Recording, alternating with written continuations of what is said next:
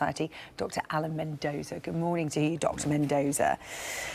You've carried out analysis of information that came out after the attack in Westminster. Talk us through your findings. Well, I think it's broader than that. What you're looking at is in Western countries in the past few years, you're looking at the types of attack that have occurred. And what we found is that in 2016, whereas vehicular attacks, attacks using a vehicle to kill civilians, were at around 7.6%, they rose dramatically the year after, 2017, to about 20.4% of all attacks in Western countries. Now, that's a huge increase, obviously, and I think reflects the ease of ability of getting hold of a vehicle as a method of attack, as opposed to some of the more sophisticated things we've seen in the past.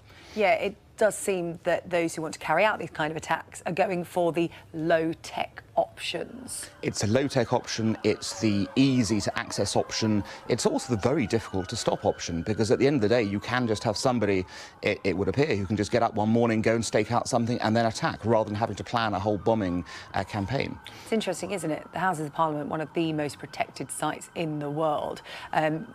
They're set up for this kind of thing. You can see the barriers there and police on the scene within minutes.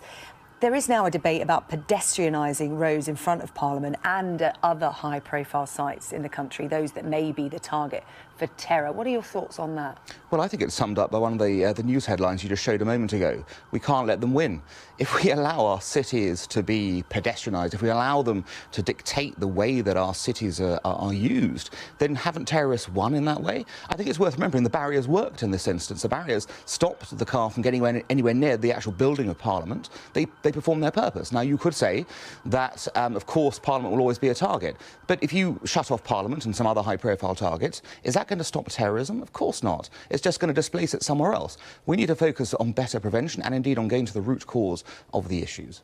It's interesting, isn't it? We saw the police on the scene there in the immediate aftermath of that crash. They were very prompt, within minutes, we're told, faster than the Westminster attack in 2017.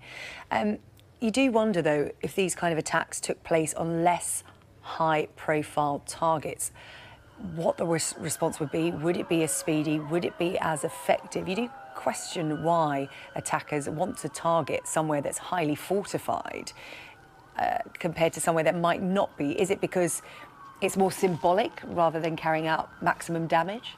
Well, that's exactly the point. I mean, you get some symbolic attacks and you're looking at targets which symbolise beyond just the killing of people or the maiming of people. So obviously a democratic institution like Parliament goes to the heart of what this country is about. And that is why, obviously, it's always going to be a target. At the same time, your note about the preparedness, that is key here. It is really true that were this to have happened somewhere else, the police would probably not have been there in the same amount of time, simply because they're not ready for it. So there is this very dangerous game you've got to play between, in a sense, you recognise there will be high-profile targets, and then you prepare for that, and you respond really quickly, or you try and displace that activity somewhere else, and it could be much, much worse. I think it's worth seeing in some of the other cases we've seen on the continent with guns and things, that the more minutes it takes to get to the scene of the crime, the more people who die. OK, Dr. Alan Mendoza from the Henry Jackson Society, thank you for coming in to see us this morning.